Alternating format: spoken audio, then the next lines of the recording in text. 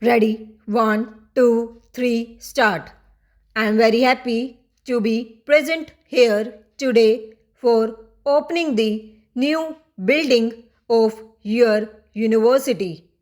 All that you have said about this new university, which is only 6 years old, is commendable in many respects. Although you have not had adequate equipment and the necessary wherewithal in the beginning, these serious shortcomings did not discourage you. In right earnest, you started the work. One might feel sorry, but I am sure no one will feel surprised to know that in its seventh year, this university does not possess departments in subjects like Sanskrit and English on the side of arts and physics, chemistry, anthropology, and geology on the side of science.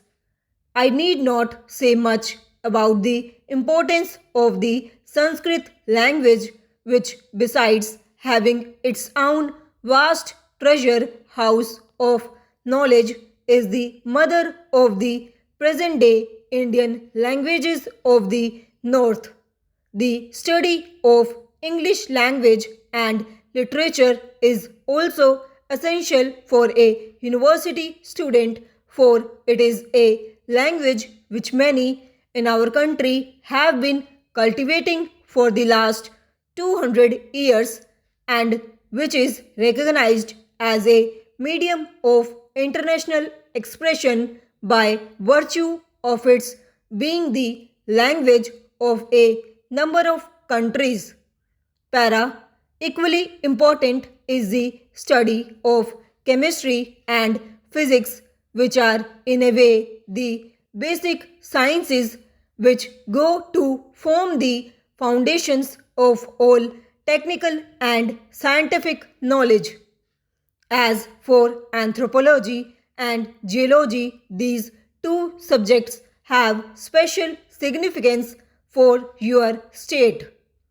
Inhabited as your state is by a number of tribal people speaking different tongues and having different customs and possibly belonging to different ethnic groups, no other state in India provides such favorable conditions and opportunities for the study of anthropology as yours.